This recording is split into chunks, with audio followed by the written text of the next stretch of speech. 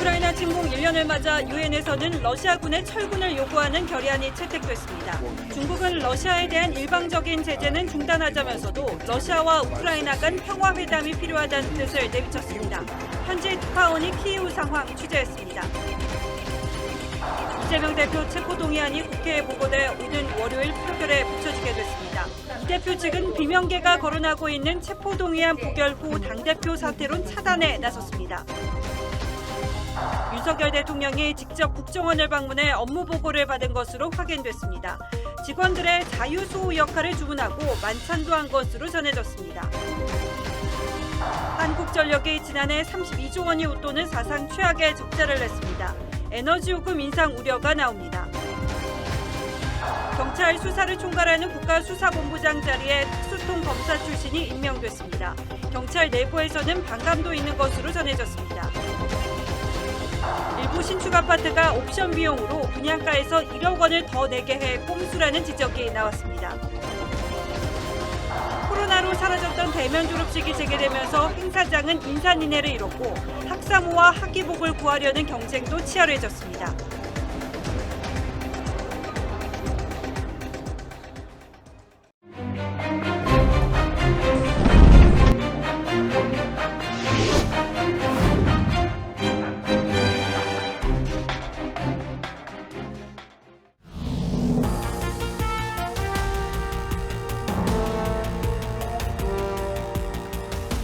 시청자 여러분 안녕하십니까. 뉴스9의 김명우입니다. 신동욱 앵커를 대신해 진행을 맡게 됐습니다. 러시아와 우크라이나의 전쟁이 이렇게까지 길어질 줄은 몰랐습니다. 전쟁 1년이 된 이 시점에 우크라이나 사람 800만 명 정도가 난민 생활을 한다고 합니다. 우크라이나 국민 5명 가운데 1명이 고향을 떠난 건데 전쟁이 얼마나 참혹한 것인지 여실히 보여주는 집계죠. 러시아의 대공세와 우크라이나의 반격이 예상되는 가운데 저희 취재진이 우크라이나 현지에 갔습니다. 우크라이나 수도 연결하겠습니다.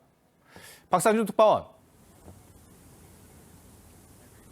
네, 우크라이나 키이우에 나와 있습니다. 자, 현지 분위기 어떻습니까? 네, 오늘은 러시아가 이곳 우크라이나를 침공한 지 정확히 1년이 되는 날입니다. 상징적인 날인 만큼 러시아의 대규모 공습이 예상됐는데요. 현재까지 특별한 징후는 없는 것으로 보입니다. 바이든 미 대통령이 나흘 전 찾았죠. 성 미하일 수도원 인근 전사자를 기리는 추모의 벽에는 이른 아침부터 총리를 비롯한 시민들의 발걸음이 이어졌습니다. 젤렌스키 대통령도 대국민 연설을 열고 승리를 다짐했습니다. 전쟁이 격화 중인 고향 도네츠크를 갈 수 없어 묘지 대신 추모의 벽을 찾는다는 노 부부는 전쟁 중 전사한 아들의 사진을 올려다보며 눈물을 흘리기도 했습니다. 박 기자가 부차 학살 현장을 다녀왔다고 들었거든요. 그 부차시 부시장도 만났을 텐데 뭐라고 하던가요? 네, 키이우는 조금씩 일상을 되찾고 있지만 외곽 도시들의 상흔은 여전한 상황입니다. 그중에서도 저희가 어제 찾았던 부차시는 개전 초 러시아군의 전쟁 범죄로 400명 이상의 주민을 잃었는데요. 러시아군이 시민들을 상대로 무차별 총격을 가했습니다. 희생자 중에는 4살 아이도 있었고 일가족이 숨지는 경우도 있었습니다. Тобто Бучанська трагедія відбулася саме тому, що російські військові отримали наказ і дозвіл від офіцерів і вищого командування від керівництва країни. 저희 취재진과 따로 만난 미하일리나 부시장은 시신의 신원을 확인할 수 있는 한국의 유전자 감식 기술을 요청했습니다. Зацікавлені вивчити і застосувати в Бучі саме корейський досвід ідентифікації, тому що, на жаль, через 우크라이나 곳곳은 언제 있을지 모를 러시아의 공습에 대비해 잠시도 경계심을 풀지 못하는 모습입니다. 우크라이나 키이우에서 TV조선 박상준입니다. 네, 전쟁 1년을 맞아 국제사회는 한 목소리로 러시아를 강하게 규탄했습니다. 미국은 러시아 관련 기업 90여 곳을 추가 제재하겠다고 발표했고 유엔도 즉각 철군하라는 결의안을 채택했습니다. 그동안 모호한 태도를 유지하던 중국이 침묵을 깼다는 점도 주목됩니다. 중국은 러시아에 대한 일방적인 제재를 중단해야 한다면서도 핵무기 사용을 반대한다는 뜻도 밝혔습니다. 자세한 내용은 이다솜 기자가 보도합니다. 미국이 테러 제재 조치를 위반한 기업들을 추가 제재하겠다는 발표문을 백악관 홈페이지에 공개했습니다. 기업 90여 곳에 수출 통제 조치를 내리고 방위 사업과 관련한 품목의 관세도 올리겠다고 했습니다. 제재 대상에는 중국 기업도 포함됐습니다. 유엔은 즉각적인 철군을 요구하는 평화 결의안을 압도적 찬성으로 통과시켰습니다. The coalition is there and it will be there as long as it is needed for Ukraine to prevail. 러시아의 침공 이후 별다른 입장을 내지 않던 중국도 침묵을 깼습니다. 유엔 안보리 승인 없는 일방적인 러시아 제재는 중단하자며 사실상 미국 등 서방을 겨냥한 메시지를 냈습니다. 여기에 러시아와 우크라이나의 평화회담이 필요하다는 뜻도 내비쳤습니다. 打开政治解决危机的大门，为重启谈判创造条件和提供平台。中方愿继续为此发挥建设性作用。 그러나 국제사회에서 사실상 고립된 러시아와의 노골적 밀착을 의식한 듯 핵무기 사용엔 반대한다는 입장도 담았습니다. TV조선 이다솜입니다. 아직 전쟁의 끝이 보이지 않지만 지난 1년 동안 많은 것들이 달라졌습니다. 어떤 변화가 있었는지 홍혜영 기자와 따져보겠습니다. 홍 기자, 이미 밝혀진 인명피해만도 상당하죠? 네, 그렇습니다. 러시아 침공 나흘째였던 지난해 2월 27일, 이 한 장의 사진이 전 세계를 뒤흔들었습니다. 러시아군 폭격에 다친 이 6살 아이는 하루 만에 숨졌는데요. 이후 국제사회의 비난이 쏟아졌지만 러시아는 아랑곳하지 않았습니다. 유엔은 민간인 최소 8,000명 이상이 숨지고 13,000명 이상이 다쳤다고 했는데요. 우크라이나 정부는 민간인 사망자만 2만 명 이상이라고 밝혔습니다. 저희가 사진에서도 봤습니다만 특히 이제 어린이들 희생이 컸어요. 네, 맞습니다. 유엔이 집계한 어린이 사망자는 최소 487명이고 부상자는 1,000명에 가깝습니다. 하지만 알려지지 않은 사상자는 훨씬 더 많을 겁니다. 또 살아남은 우크라이나인 590만 명 이상이 고향을 떠나야만 했고 800만 명이 전 세계를 떠돌고 있습니다. 이 중에 90% 이상이 여성과 어린이입니다. 그래도 당초 전쟁이 쉽게 끝날 거라고들 예상을 했었는데 그렇지 않았죠. 네, 그렇습니다. 쉽게 밀려날 거라고 생각했던 우크라이나가 버텨내는 걸 보고 서방의 지원이 달라졌습니다. 특히 지난해 여름부터 이런 고속 로켓, 하이마스 같은 공격용 무기들이 대거 투입됐는데요. 그 뒤로 러시아의 일방적이던 우세가 무너지기 시작했습니다. 군사력은 러시아가 세계 2위고 우크라이나는 22위에 불과했는데요. 현재 우크라이나군 사상자는 10만 명으로 추산되지만 러시아군 사상자는 20만 명으로 추정됩니다. 네, 두 나라 지도자의 위상도 많이 바뀌었어요. 네, 그렇습니다. 젤렌스키는 코미디언 출신의 이 초짜 대통령이라는 조롱을 받았었는데요. 항전을 이끌면서 국민적인 영웅이 됐습니다. Зараз в мережі дуже багато з'явилось фейкової інформації, що, немов я закликаю складати зброю нашу армію і йде евакуації. Значить так, я тут. 전쟁 전 20% 수준이던 대통령 지지율은 현재 90%를 웃돕니다. 이 국제사회 위상도 달라졌는데요. 각국 의회에서 튼 화상연설은 명연설로 회자됐고 지난 12월에는 백악관도 방문했습니다. 푸틴은 그 반대가 됐죠. 네, 한때는 러시아의 부흥의 상징으로 러시아 제국의 부활을 꿈꿨었는데요. 국제적인 영향력은 완전히 상실했습니다. 이 침략자라는 비난과 함께 G20 같은 각종 국제 행사에서 배제됐고 건강 악화설과 치매설까지 나왔습니다. 최근에는 공개석상에서 짜증내는 모습을 보이기도 했습니다. Денис Валентинович, Денис Валентинович, у вас сверстано, но контрактов нет. Ну что я же вам говорю, ну давайте я вам сейчас после закончим совещание, чем мы с вами пикироваться будем? Контракты когда будут? Я вот о чем говорю. 국제사회의 권력 지형은 어떻습니까? 네, 미국의 입장에서는 러시아와 협력을 꾀하던 유럽 국가들을 결집시키는 계기가 됐습니다. 그 결과 미국을 중심으로 한 자유민주주의 국가대 러시아, 중국 등 권위주의 국가들의 이 신냉전 체제가 굳어졌습니다. 예. 저희가 보도를 해드렸습니다만 중국의 역할이 변수가 될 거라는 그런 전망들도 나오고 있는데 좀 지켜봐야겠습니다. 알겠습니다. 홍 기자, 잘 들었습니다.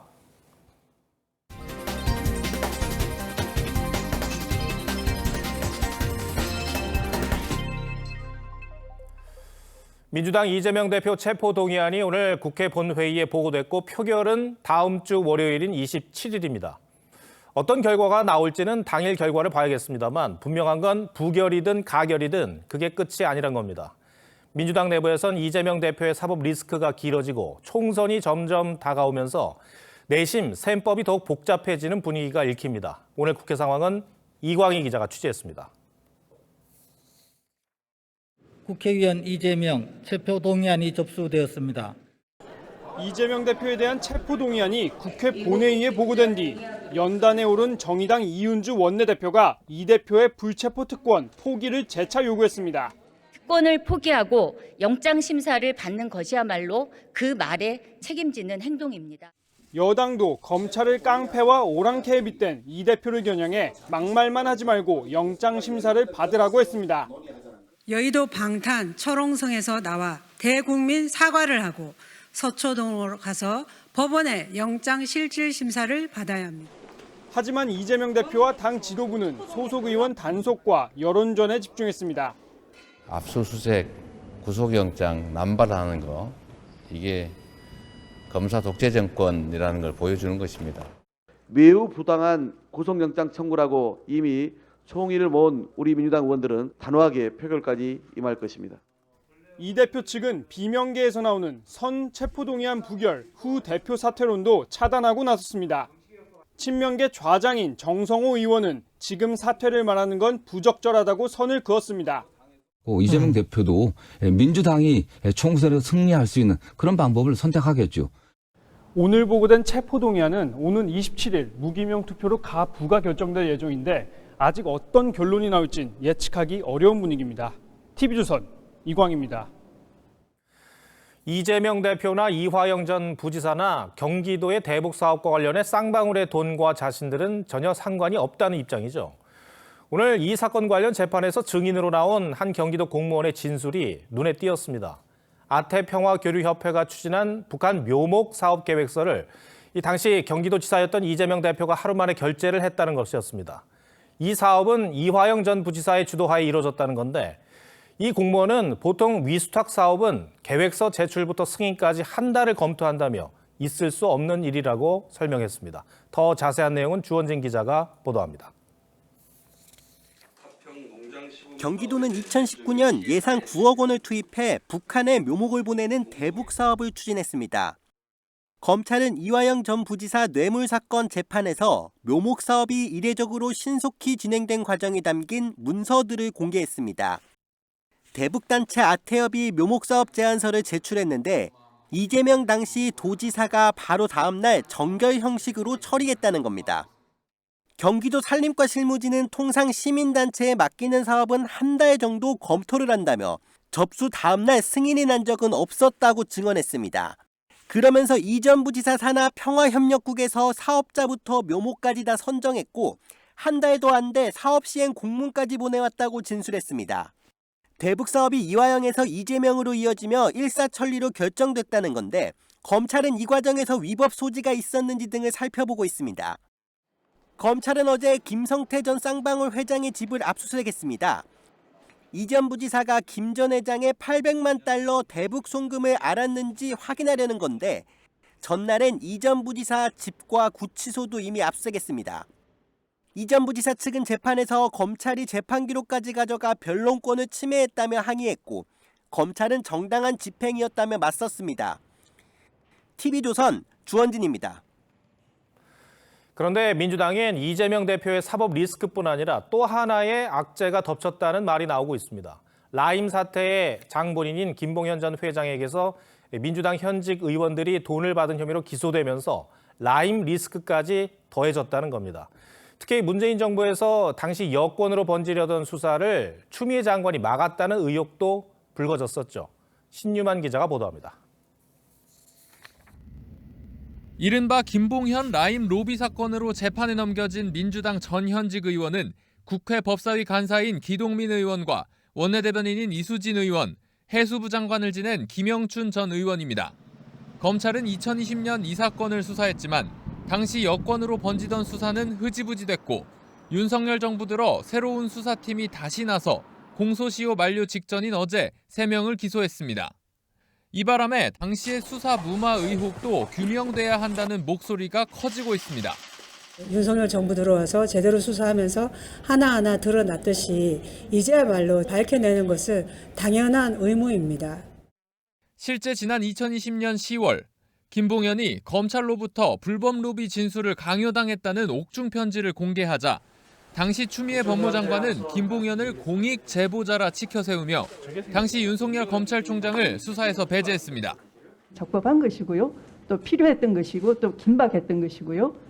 하지만 이 옥중 편지가 민변 출신 A 변호사의 사주였다는 진술에 따라 검찰은 다시 수사를 시작했습니다. A 변호사는 김건희 여사와 한동훈 장관 딸 고발에 관여하기도 했습니다. TV조선 신유만입니다. 최근 북한이 다양한 형태의 미사일 도발을 했는데 어제는 동해상으로 사거리 2,000km의 순항미사일 4발을 발사했다고 주장했습니다. 거리상으로는 주1 미군 기지를 겨냥한 것으로 볼 수 있습니다. 우리 군은 이를 탐지하지 못했다며 북한의 주장이 허위일 가능성을 제기했습니다. 먼저 이채연 기자가 보도합니다. 북한이 어제 새벽 동해상으로 핵 탑재가 가능한 장거리 순항미사일 화살 2형을 발사했다며 사진을 공개했습니다. 함경북도 김책시에서 동해상을 향해 팔자 형태를 그리며 2시간 50분간 비행했다고 했는데 한동에 설정된 2,000km 계선의 거리를 모의한 타원 및 발자형 비행 궤도를 1만 208초 내지 1만 224초간 비행하여 북한 주장대로라면 F-22 스텔스 전투기를 비롯한 미국 전략 자산들이 배치돼 있는 주1 미군 기지를 타격할 수 있습니다. 한미일 해상연합훈련뿐만 아니라 미국에서 이루어지는 확장억제 연습에 대해서도 경보를 한. 하지만 우리 군은 순항미사일 발사를 탐지하지 못했다며 북한 발표가 거짓일 가능성도 있는 것으로 보고 정밀 분석 중입니다. 다만 레이더망을 피해 초저고도로 비행하는 순항미사일을 한미가 포착하지 못했을 수도 있습니다. 남북은 지난해 8월과 11월에도 순항미사일 발사를 두고 다른 주장을 했는데 당시 김여정 부부장은 남한이 밝힌 발사 장소가 틀렸다고 반박하기도 했습니다. TV조선 이채연입니다. 북한이 이렇게 연속적인 도발을 감행하면서 한미 두 나라의 대응도 예전 같진 않습니다. 어젯밤 워싱턴에서 미 전략자산 운용 연습을 한 데 이어 오늘은 미 핵 추진 잠수함 기지를 함께 방문했습니다. 북한이 핵을 사용할 경우 정권의 종말을 보게 될 것이란 강력한 대북 경고도 했습니다. 이어서 이채림 기자입니다. 미 해군의 핵 추진 잠수함 웨스트 버지니아함 내부에 한미 대표단 30여 명이 모여 앉았습니다. 미 조지아주 킹스베이 기지를 찾은 국방부 대표단은 잠수함 내부와 잠수함 발사 탄도미사일 SLBM 트라이던트2도 둘러봤습니다. 토머스 뷰캐년 잠수함 전단장은 핵 잠수함 전력은 동맹국에게 제공하는 확장 억제의 핵심이라고 강조했습니다. 킹스베이 기지는 오하이오급 핵 잠수함 8척을 운용하는 미 해군의 핵심 전력 기지로 한미 공동 방문은 처음입니다. 한미 양국은 지난 22일 실시한 미 전략자산 합동 운용 연습을 정례화하기로 했고 공동 입장문을 통해 북한이 미국이나 동맹국의 핵을 사용할 경우 정권의 종말을 초래할 것이라고 경고했습니다.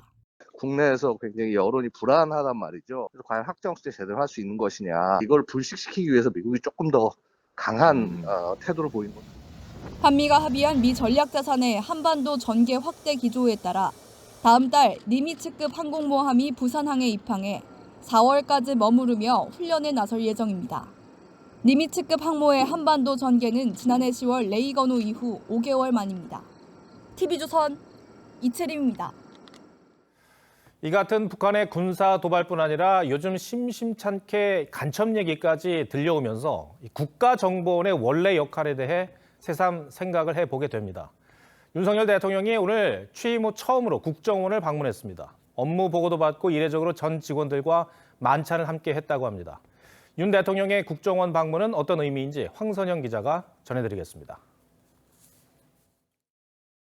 윤석열 대통령은 평소 다른 부처와는 달리 국정원 업무 보고만큼은 직접 가서 받겠다는 뜻을 밝혀온 것으로 전해졌습니다. 윤 대통령은 업무 보고에서 국정원의 본질적인 책무는 자유를 수호하는 것이라며 직원들에게 남다른 마음가짐을 주문했습니다. 그러면서 거대한 제방도 작은 개미굴에 무너지듯 안보의 한치의 빈틈도 허용해선 안 된다고 강조했습니다. 안보는 군인만이 하는 것이 아닙니다. 공직자들이 의식과 자세를 확고히 견지해야 합니다. 업무 보고에선 북한 동향과 사이버 안보 태세, 대공수사권 이관에 따른 후속 조치 등이 논의된 것으로 알려졌는데 이와 관련해 윤 대통령은 북한 정권의 오판과 도발을 무력화할 수 있는 역량을 당부했습니다. 북한의 비대칭 도발과 사이버 공격, 다양한 테러 위협이 커지고 있으며 업무 보고가 끝난 뒤엔 구내식당에서 실무 직원들과 만찬도 함께 했습니다.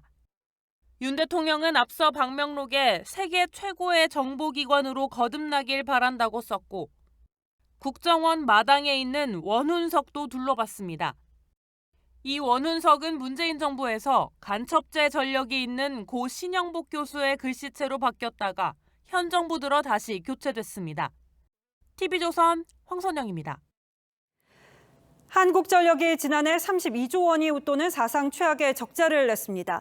1년 전 적자 규모가 6조 원이 안 됐던 걸 감안하면 한 해 사이에 대여섯 배가량 는 건데요. 국제 에너지 가격 폭등으로 비싸게 사온 뒤에 싸게 팔다 보니까 팔면 팔수록 적자가 나는 겁니다.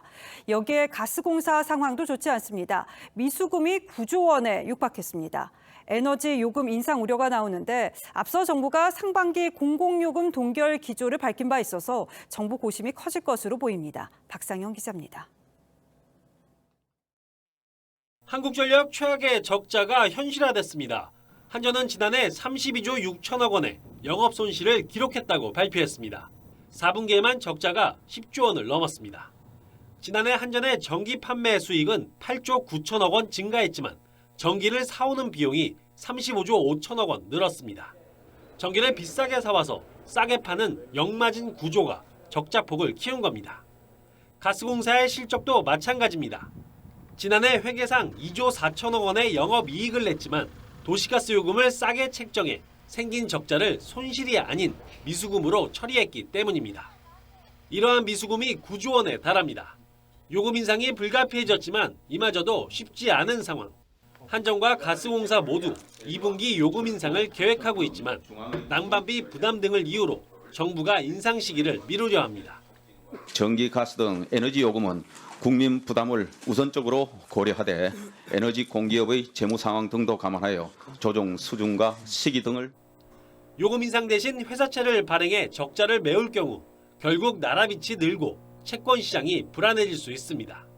다른 나라처럼 독자적인 어떤 그런 규제 당국이 이제 전기요금을 결정하도록 원리에 따라서 요금을 제대로 반영하도록 최악의 적자를 기록한 에너지 공기업들이 요금을 올릴 수도 동결할 수도 없는 진퇴양난에 빠졌습니다.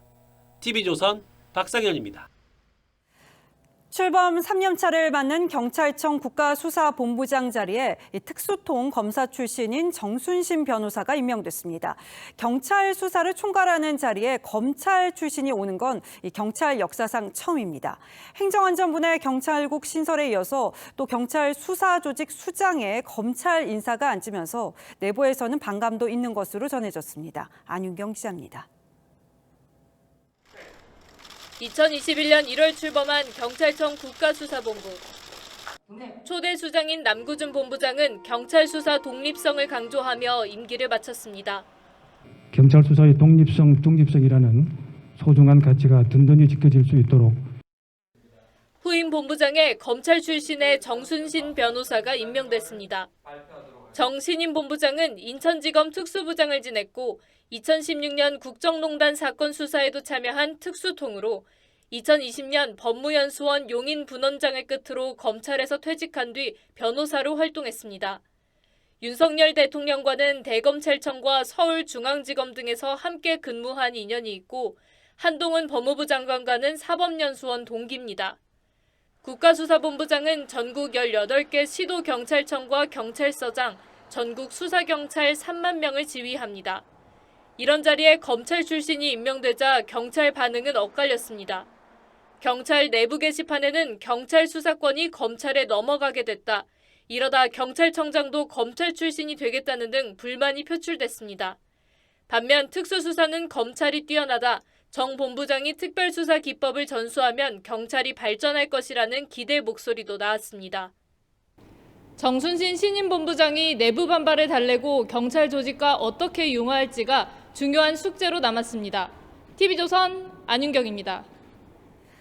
배우 유아인 씨가 프로포폴 검사에서도 양성 반응이 나왔다는 소식이 전해지면서 이 의료기관의 프로포폴 불법 처방이 다시 한번 주목을 받고 있는데요.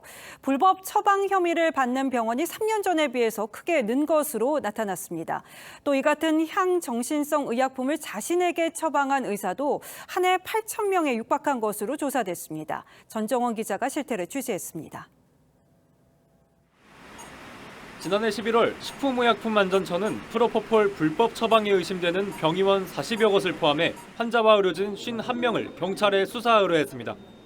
대마와 프로포폴 투약 혐의로 피의자 신분이 된 배우 유아인 씨도 그 가운데 한 명이었습니다.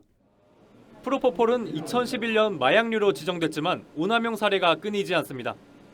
프로포폴 등 향정신성 의약품의 불법 처방 혐의로 수사하려 된 의료기관은 2019년 55곳에서 지난해 90곳으로 3년 만에 63%나 늘었습니다. 프로포폴 같은 의료용 마약을 과하게 처방해 자격정지나 업무정지 등 행정처분을 받은 의료진도 같은 기간 약 83% 증가했습니다. 의료용 마약을 자신에게 처방한 의사도 매년 8,000명 가까이 됩니다. 의료진의 셀프 처방을 금지하는 관련법 개정안이 발의됐지만 국회 문턱을 넘지 못하고 있습니다. 셀프 처방도 합리적인 범위가 있고 아주 극단적인 사례가 있어서 꼼꼼히 따져보고 가자라는. 의료용 마약 오남용 우려가 커지면서 식약처는 의료기관이 환자 투약 이력을 의무 조회하도록 하는 방안을 추진하겠다고 밝혔습니다. TV조선 전정원입니다. 서울 대형 병원에서 근무 중이던 간호사가 응급수술을 받지 못해서 숨진 일 기억하실 겁니다. 지방은 더 심각합니다. 이 강원도 속초의료원이 응급의학과 의사를 구하기 위해서 연봉 4억 원을 제시했지만 겨우 한 명이 응시했습니다. 응급실 축소 운영이 불가피해진 건데 이 지역민들은 응급 상황이 오면 어떡하냐면서 불안감에 떱니다. 차정승 기자가 그 병원을 가봤습니다. 속초와 고성, 양양에서 유일한 공공병원인 속초의료원. 응급실 앞에 진료 중단 안내가 붙었습니다. 응급의료센터에 근무할 의료진이 부족한 탓인데 이 때문에 월, 화, 수 3일은 이용이 아예 불가합니다. 퇴직 등으로 전문의 5명 중 3명이 그만두자 지난달 공고를 냈지만 응시자가 없었습니다. 결국 연봉 4억 2천만 원을 제시해 한 명을 충원했지만 턱없이 부족해 곧 추가 모집합니다. 급하면 아산으로 갈 수밖에 없겠죠. 빨리 가면 한 40분 아니면 한 1시간? 수술에 꼭 필요한 마취통증의학과 의사는 공고 20번에도 지원자가 없습니다. 중증 환자들은 불안에 떱니다. 죽으라는 것밖에 안 되죠. 빨리 와가지고 응급조치를 해야 되는데. 다른 곳도 사정이 비슷합니다. 개원이 한 달 남은 대전 공공어린이 재활병원은 3차례 공고를 냈지만 의사는 1명뿐입니다. 전국 공공병원 35곳 중 74%가 전문의 수를 채우지 못하고 있고 의사 1명이 환자 2만 명을 보기도 합니다. 보통은 계약직으로 가기 때문에 조금 이제 불안정한 느낌이 좀 있어서 번갈아 가면서 근무할 수 있는 그 여건도 안 되고. 의사들의 수도권 쏠림이 심해지면서 지방의료는 붕괴 수준이라는 한탄이 나옵니다. TV조선 차정승입니다. 코로나로 주춤하던 중국 어선의 불법 조업이 다시 고개를 들고 있는데요. 고성능 드론이 발뺌하는 중국 불법 어선의 자백을 이끌어내고 있습니다. 밤낮을 가리지 않고 반경 20km를 비행하면서 영상 증거를 포착했습니다. 노도일 기자가 취재했습니다. 감시 드론이 망망대해 비행 중 불법 조업 중인 중국 어선을 포착합니다. 드론이 전송한 영상을 확인한 해경감시선은 특수 기동대를 태우고 긴급 출동합니다. 적발된 중국 어선의 선장은 항적 기록을 지으며 발뺌합니다.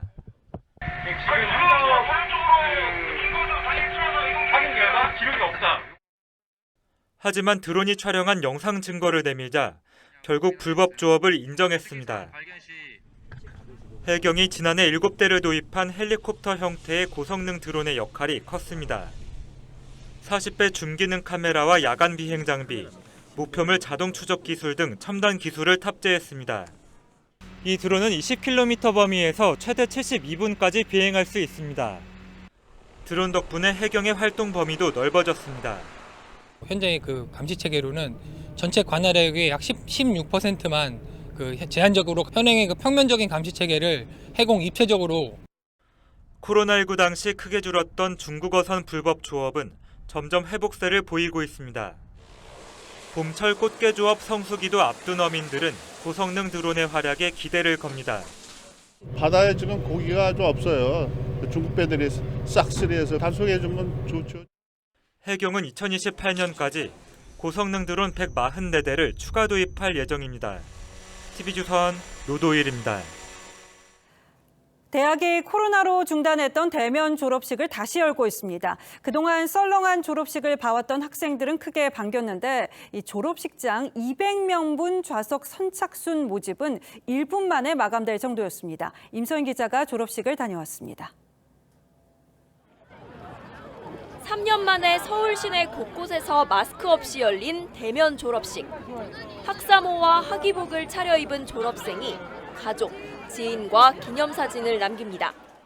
캠퍼스가 이렇게 예쁜데 코로나 때문에 비대면 수업이어서 조금 학교를 못 온 것이 너무 아쉬웠고요.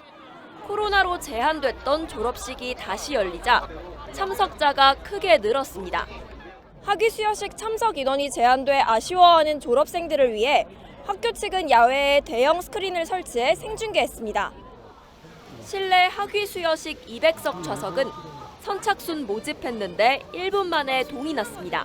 저는 PC방 가서 신청을 했었는데요. 마지막이라도 좀 대면으로 해보자라는 생각 때문에 좀 예년과 다르게 인기가... 예년보다 많은 졸업생이 모이면서 대여할 학위복이 모자랄 정도였습니다. 비대면 때 못 입으셨던 분들이 그냥 안 갔다가 이제 친구들하고 이제 좀 같이 하고 싶어서 하시는 경우도 있고. 4년 만에 열린 대면 입학식에도 신입생 2천여 명이 모였습니다. 참석자들은 마스크를 벗은 채 환한 표정으로 서로의 새 출발을 응원했습니다. TV조선 임서인입니다. 규제를 아무리 풀어도 분양시장 한파는 여전히 매섭죠. 그러다 보니까 분양가 대신에 유상 옵션 항목을 늘리는 단지가 속속 등장하고 있습니다. 원자재값 상승으로 건설비가 오르면서 기본에 포함돼야 할 항목들을 옵션으로 돌리는 꼼수를 부리는 건데요. 옵션을 다 할 경우에는 1억 원에 육박했습니다. 먼저 정수양 기자가 실태를 취재했습니다. 최근 분양을 시작한 서울의 한 아파트 견본주택입니다. 이 아파트는 현관 센서 등과 조명 조절 기능 등이 유상 옵션인데 꼭 필요한 옵션만 선택하는 게 불가능합니다. 옵션이 패키지로 묶여 있기 때문입니다. 이 아파트의 유상 옵션 항목은 총 22가지. 모두 선택하면 1억 원가량 더 내야 합니다.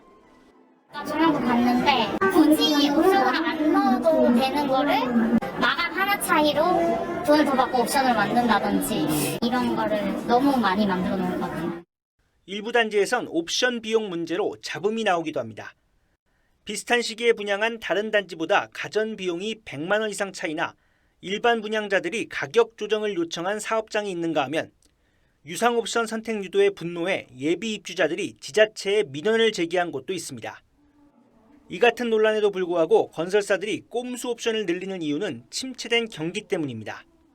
공사비 충당은 해야 될 거 아닙니까? 그러면 어차피 이제 옵션가에서 올릴 수밖에 없는 거죠. 그럼. 원자재값 상승으로 공사비가 올라 분양가를 높게 받아야 하지만 분양가 상한제 제약에 고분양가로 인한 미분양을 방지하기 위해 분양가 일부를 유상 옵션으로 돌린다는 얘기입니다. 문제는 이런 옵션 남발로 인한 피해가 분양을 받은 예비 입주자들에게 돌아간다는 겁니다. 옵션 비용은 분양가액에는 포함되지 않지만 취득세 과세 표준에는 포함됩니다. 이 때문에 전문가들은 청약 신청 시 분양가뿐 아니라 유상 옵션 항목까지 꼼꼼히 따져 자금 계획을 세워야 한다고 조언합니다. TV조선 정수양입니다. 황당한 건 이뿐만이 아닙니다. 이 3년 뒤 입주 예정인데 옵션으로 들어가는 제품은 2017년 상품으로 검색되는가 하면 옵션의 발주처는 시공사가 아니라 조합이 별도 계약한 업체이기도 했습니다. 이렇게 되면 입주 후 하자 발생 시 책임 소재가 불분명해질 수도 있는 건데요. 입주 예정자 반발이 이어졌습니다. 이어서 백대호 기자입니다. 40대 오모 씨는 경기도의 한 아파트의 청약을 알아보던 중 깜짝 놀랐습니다. 유상 옵션 항목에 발코니 확장과 에어컨 등이 포함됐는데 발주처가 시공사가 아닌 조합이 계약한 별도 업체였던 겁니다. 결국 청약을 포기했습니다. 확장 공사 후에 문제가 발생되면 시공사와 발코니 업체 사이에 서로 책임을 미룰 수 있는 시공사가 공사비를 줄이기 위해 별도 발주하거나 일부 공사를 조합이 가져가는 경우에 비해 옵션 항목 전체를 조합이 맡는 건 이례적입니다. 그 입찰 경쟁이 워낙 치열하다 보니까 수주 단계에서 시공사 측이 옵션 수익금을 조합 측에 양보했을 가능성도. 시공사가 책임지는 구조가 아니라 품질 관리가 안 될 가능성도 제기됩니다. 공고문상에 보면은 냉장고 제품 번호를 검색했을 때 2017년 상품으로 나와 있어요. 근데 저희 입주가 2026년인데 같은 옵션을 선택해도 조합원보다 비조합원의 비용 부담이 큰 탓에 신경전도 오갑니다. 조합원분들은 말이 없어요, 아직. 온라인 커뮤니티에선 조합원들이 비조합원을 대상으로 욕심을 과하게 부린다는 식의 날선 반응도 나옵니다. 시공사 측은 기본 시공에 대한 하자 발생 시 책임을 회피하는 일은 절대 없을 것이라면서도 유상 옵션 하자에 대해선 선을 그어 일반 분양자들의 불안감은 좀처럼 수그러들지 않을 것으로 보입니다. TV조선 백대호입니다. 오늘 국회에선 야당 대표 체포동의안 보고 말고도 이 과거사 정리위원 7명 선출을 놓고 표결이 있었습니다. 민주당이 국민의힘 추천 몫인 이재봉 울산대 교수를 편향성 문제가 있다며 부결시켰습니다. 국민의힘은 국회 관례를 깬 것이라고 반발하면서 회의장을 빠져나갔고 오늘 처리될 예정이었던 정부조직법 표결도 미뤄졌습니다. 최민식 기자가 보도합니다. 여당 의원들이 고함을 치며 국회 본회의장을 빠져나가고 2시에 시작한 본회의는 1시간 만에 파행됐습니다. 정회를 선포합니다. 진실 화해를 위한 과거사 정리위원 선출안 표결에서 야당 의원들이 여당 추천 이재봉 울산대 교수 선출을 부결시키자 여기에 반발한 여당 의원들이 퇴장한 겁니다. 넘지 않을 금도라는 게 있는 거 아닙니까? 이러면서 무슨 타협을 하고 대화를 하란 말입니까? 민주당은 당론이 아닌 개별 의원의 판단이었다고 했지만 표결 직전 민주당 의원들의 단체 대화방엔 이 교수가 위안부는 매춘의 일종이라는 주장을 옹호했다는 글이 올라왔습니다. 이 주장이 얼마나 한쪽으로 경도되어 있는지를 보고들 아마 의원들께서 현장에서 판단을. 여당은 전형적인 가짜뉴스라고 반발했습니다. 이분이 무슨 내춘바라고 한 것은 없고 학문의 자유를 지켜야 된다는 그런 것까지 문제 삼을 수는 없다고 봐서. 당권 주자인 김기현 의원도 전례도 없고 굉장히 이례적인 사건으로 이재명 지도부가 의원들에게 신뢰를 잃었다는 증거라고 비판했습니다. 여당 의원들의 집단 퇴장으로 본회의가 산회되면서 국가보훈부 승격과 재외동포청을 신설하는 정부조직법 개정안 표결은 27일로 미뤄졌습니다. TV조선 최민식입니다. 한국은행이 기준금리를 동결하면서 대출 이자가 더 오르는 일은 없겠구나 이 안도했던 분들 많으실 텐데 현실은 좀 다르다고 합니다. 국내외 변수들이 당분간 대출금리를 끌어올리는 쪽으로 움직이고 한국은행도 추가 인상 가능성을 열어뒀기 때문입니다. 송무빈 기자가 자세히 설명하겠습니다. 한국은행은 어제 기준금리를 3.5%로 동결하겠다면서도 추가 인상 가능성을 열어뒀습니다. 미국이 또 얼마나 통화정책을 계속 갈지 불확실성이 많기 때문에 물가 패스가 변동한다면 거기에 맞춰서 금리를 올릴 수도 있다. 미국의 물가와 고용 지표는 연준이 금리를 당분간 더 끌어올릴 거란 신호를 보내는 상황. 이럴 경우 미국 국채 금리가 올라가는데 경쟁적으로 함께 오른 한국 국채 금리는 은행채 금리와 함께 대출 금리까지 끌어올리게 됩니다. 기준금리에 의한 영향도 있지만은 시장에서 채권 수요와 공급에 의해서 오르는데 동결을 반영하지 못하는 경우로 실제로 은행채 6개월물 수익률은 불과 3주 만에 0.2%포인트 넘게 올랐고 이에 따라 오늘 주요 시중은행의 대출금리도 덩달아 올랐습니다. 대출금리가 내려갈 날만 기다려온 시민들은 허탈합니다. 개인 택시를 대출해가지고 이제 한 대를 구입을 했는데 기준금리가 동일됐다고 해서 그걸 믿고 있었는데 실망 많이 했죠. 금융감독원도 국제금융시장 여건에 따라 금리가 추가 상승할 수 있다고 경고했습니다. 숨 돌릴 틈 없는 대출금리의 압박 속에 영끌족들의 고통은 길어질 전망입니다. TV조선 송무빈입니다. 세종시가 보기에 따라선 파격적인 교통 대책 방안을 들고 나왔습니다. 2025년까지 시내버스를 무료로 탈 수 있게 해 이 대중교통을 활성화시킨다는 겁니다. 이용자들의 편익이 가장 우선시돼야 할 텐데 기대와 우려가 엇갈리고 있습니다. 왜 이런 대책을 마련한 건지 김다로 기자가 설명하겠습니다. 어제 낮 12시쯤 세종의 한 시내버스 정류장입니다. 30분 동안 4개 노선의 버스 7대가 지나가는 동안 승하차객은 9명뿐입니다. 배차 간격이 길고 노선이 중복되는 게 문제입니다. 203번이나 205번 같은 경우에는 그 가는 길이 겹치는데 둘 다 같은 시간에 오니까. 승용차로 5분 걸리는 거리를 버스를 타면 20분 이상 걸리는 일도 있습니다. 사정이 이렇다 보니 세종의 대중교통 수송 분담률은 광역시 평균의 절반도 못 미치는 7%에 불과합니다. 세종시는 이런 문제를 해결하기 위해 2025년부터 시내버스 무료화를 추진합니다. 대중교통을 활성화해 교통 문제를 해결하겠다는 겁니다. 지하철도 있고 버스도 있고 우리로서는 버스밖에 없지 않습니까? 그래서 이 버스를 최대한 활용하기. 전문가들은 도로 확충이 어려운 세종시의 특성상 시내버스 무료 계획을 반깁니다. 이것을 해소할 수 있는 방안은 제가 봤을 때는 이 시내버스의 활성화라든지 또 자전거 도로의 활성화 이런. 반면 시민들은 서비스 질과 노선 체계 개선이 먼저라고 지적합니다. 막 앞으로 쏠렸다 뒤로 갔다 막 그래요. 사용하는 자들이 그렇게 많지 않다고 생각해요. 세종시는 다음 달까지 시내버스 전면 무료화에 관한 연구 용역을 마치고 올해 안에 세부 추진 계획을 수립할 방침입니다. TV조선 김다로입니다. 미국에서 살인 사건을 취재하던 기자가 사건 용의자가 쏜 총에 맞아 숨졌습니다. 용의자는 인근 가정집에서도 총기를 난사해 9살 아이가 목숨을 잃었습니다.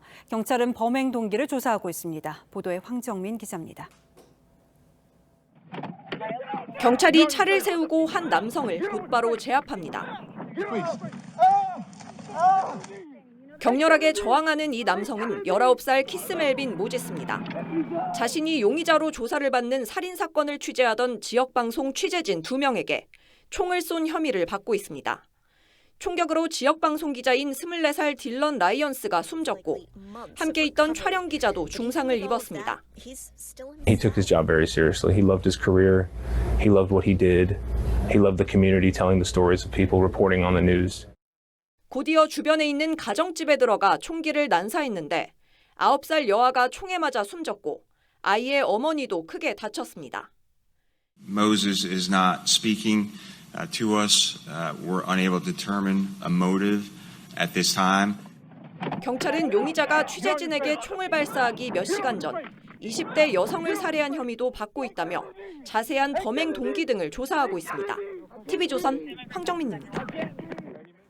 사람 목소리를 똑같이 흉내내는 인공지능이 등장했습니다. 전화를 받기 힘들 때 상대방에게 대신 양해를 구하는데 얼마나 똑같이 흉내내는지 유혜림 기자가 직접 체험해봤습니다.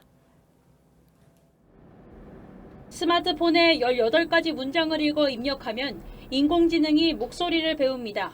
동화 어린 왕자에서 여우가 했던 말이에요. 사용자가 전화를 거절하면 목소리를 똑같이 흉내내 상대방에게 양해도 구합니다. 인공지능 음성은 실제 제 목소리와 유사합니다. 죄송합니다. 취재 중이라 전화를 받을 수 없습니다. 죄송합니다. 취재 중이라 전화를 받을 수 없습니다.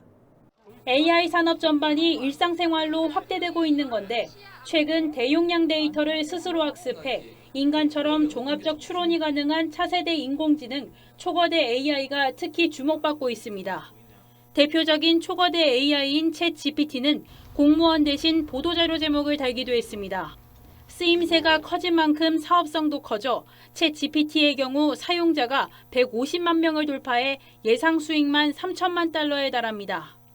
초거대 AI를 가진 국가는 우리나라를 포함해 4곳밖에 없어 새로운 수출 먹거리가 될 수 있습니다. 이런 현상에 대응하기 위해서는 투자의 규모를 정부나 민간이나 좀 높일 필요가 있겠다 하는 것. 실생활을 바꾸는 인공지능, 정부는 미래 성장 동력으로 주목받는 인공지능 활성화에 7천억 원을 투자하는 등 지원에 나섰습니다. TV조선 유혜림입니다. 미술 전시회에 가면 전시 해설가 도슨트의 설명 꼭 들으시는 분들 많죠. 이른바 스타 도슨트는 전시 흥행에도 영향을 미친다고 하는데요. 이 도슨트를 둘러싼 미술계 분위기를 박소연 기자가 전합니다. 서울 예술의 전당에서 열리는 프랑스화가 앙드레 브라질리의 개인전. 평일 낮인데도 관람객 100여 명이 전시장에 모였습니다. 스타 전시 해설가로 이름난 정우철 도슨트의 작품 설명을 듣기 위해서입니다. 첫날부터 되게 많은 분들이 들으러 와주셨더라고요. 정말 기본적으로 한 60-70명? 많을 때는 100명도 넘는 것 같아요. 유명 도슨트 확보 여부가 전시 흥행의 변수로 떠올랐습니다. 주최 측은 인기 도슨트의 설명을 듣기 위해 한 번 본 전시를 다시 보는 관람객도 많다며 도슨트 유무에 따라 관람객 수도 30%가량 차이가 난다고 설명했습니다. 소위 팬덤을 확보한 스타 도슨트의 등장에 미술시장 활황이 맞물리면서 도슨트가 유망 직종으로도 떠오르고 있습니다. 도슨트 양성교육에는 노후 대책 삼아 도슨트 일을 배우려는 주부부터 사회에 의미 있는 일을 하고 싶은 직장인까지 다양한 사람이 모입니다. 미술관과 관객을 연결하고 그리고 이제 지속적인 관계를 맺을 수 있도록 돕는 역할을 하는 부분들이 이제 커져서 전문적인 어떤 인력으로서 강조되고 있는 것 같습니다. 과거 재능기부 영역으로 여겨졌던 도슨트. 미술계에 꼭 필요한 핵심 인력으로 자리 잡고 있습니다. TV조선 박소영입니다. 내일 개막하는 K리그는 첫 경기부터 전북과 울산 강력한 우승 후보 라이벌이 맞붙습니다. 이 밖에 신흥 라이벌도 격돌을 예고했는데요. 성민혁 기자가 전하겠습니다. 지난 시즌 17년 만에 K리그 정상에 올랐던 울산과 이 때문에 리그 6연패 달성에 실패했던 전북. 올 시즌 강력한 우승 후보인 현대가 더비가 개막전부터 열립니다. 시즌 전 아마노준 이적 논란까지 더해져 더 뜨겁습니다. 홍명보 울산 감독이 아마노의 전북 이적 과정에 대해 신뢰를 저버렸다고 날을 세웠기 때문입니다. 그 선수가 지난해에 잘못된 행동을 저희는 지적을 한 거기 때문에 선수는 또 운동장에서 보여주면 되니까요. 시즌 전부터 화끈한 분위기지만 지난해 우승팀에게 박수를 쳐주는 개막전 전통은 올해도 이어집니다. 저희가 우승했을 때 상대방 선수들에게 박수를 받은 만큼 저희도 가서 하는 게 맞다고. 떠오르는 라이벌인 서울과 인천의 경인 더비도 내일 열립니다. 지난해 맞대결에선 직원과 팬이 손가락 욕설을 주고받을 정도로 과열됐습니다. 개막전을 앞두고 있는데 일단 굉장히 설레이기도 하고 어떤 내용으로 또 어떻게 상대할 수 있을지 저도 궁금하기도 하고. 이 밖에 세계 7대 더비로 꼽히는 수원과 서울의 슈퍼매치와 같은 연고지인 수원과 수원FC의 더비도 빠뜨릴 수 없는 재미입니다. 최고의 흥행 요소 라이벌전, 올 시즌 K리그의 묘미입니다. TV조선 성민혁입니다.